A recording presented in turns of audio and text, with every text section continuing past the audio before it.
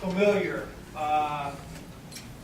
Who wants to make the first discussion? It kind of like was one film, the first half it was one film, and then it became another film in the second half, and I didn't see it coming, which is good usually, but I thought it was going in a completely different direction, and all of a sudden it just kind of like, even tone-wise, it kind of changed its tone a little bit too, but which is kind of cool. I thought it went from a dislike of his wife to a hatred of himself.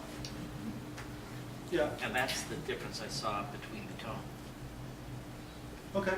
Yeah, it makes sense. Yeah. And instead of murdering his wife, went on to kill the fetus. He had no trouble killing himself because of that hatred. So kind of like the fetus, like this, whatever that thing was like a metaphor for his feelings and hatred for himself. Go ahead. He didn't really intend to kill himself. I think he died as a result of trying to remove the alien parasite. But it's like a Night Gallery episode rather than a Twilight Zone, because it doesn't have the happy ending. If he had survived removing the creature from his body, it would have been a Twilight Zone episode. So I just heard someone in the front row go, "It did have a happy ending. He died."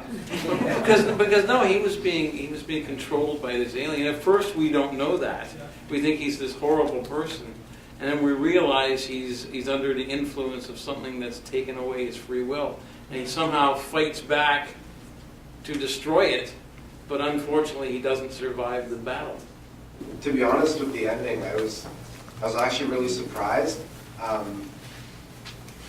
mean, at least after that scene where he has the internal, external kind of battle, I was expecting when his daughter comes in, she kind of looks down and sees nothing, and it's just him with a knife. But it ended up looking like something had crawled off, and I was expecting it kind of be more of a internal battle, and it like more metaphorical thing for his more internal kind of issue or conflict that's kind of like beyond his understanding that he came to discover, but it showed as if it just crawled off and left, and you're shown this from the point of view of the daughter, so I found that kind of weird and like interesting, I'd say.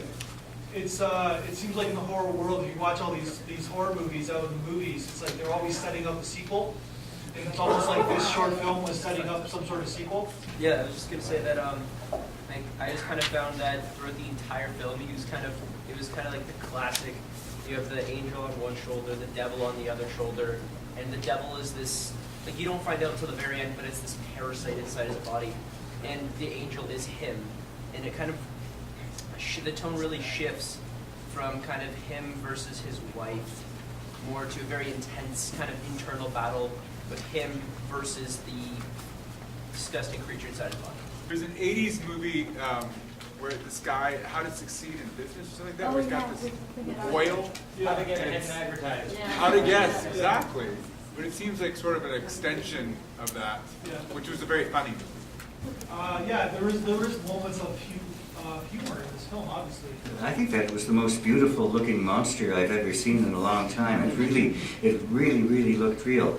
But, the story is, here's a guy who can't take responsibility for his own actions. He blames everyone else. None of the people are really communicating except for the wife. She's the only one trying to make any connection between her. The daughter is completely non-involved. And even when he kills the monster, he's still not taking responsibility for his own actions. The acting was really It's a very good job. This is a local Toronto actor. He's actually read a couple times for us at our reading series events, and he did a very good job. He carried the entire film, right? So the voiceover as well.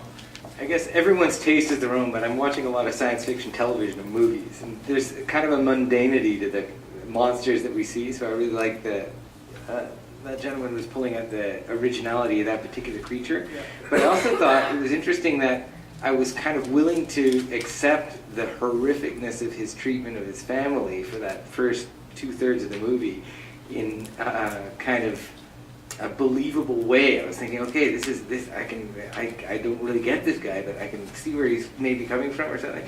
And then when the craziness happened at the end of it, and I was going, was he really experiencing that or not? The comparison between those two sections of the movie, I'm losing my thread here, but there's something about the excitement at the ending and the boredom at the beginning, but actually the most horrific stuff really happens at the beginning. Yeah. All the stuff that he's saying to his family and thinking about his family, that's where the horror in that movie is. In the end, manages to hold up its end because that creature and chasing it around his body is terrifying. But I thought the monster of his voice was more frightening than the monster in his leg. The end. It's a great comment because it's almost like you went from horror and thriller to gore and goth, I guess, in a sense. And you went from like thriller like Psycho, and then you went from slasher like Friday the 13th, all in the same short film. If that kind of like ties up.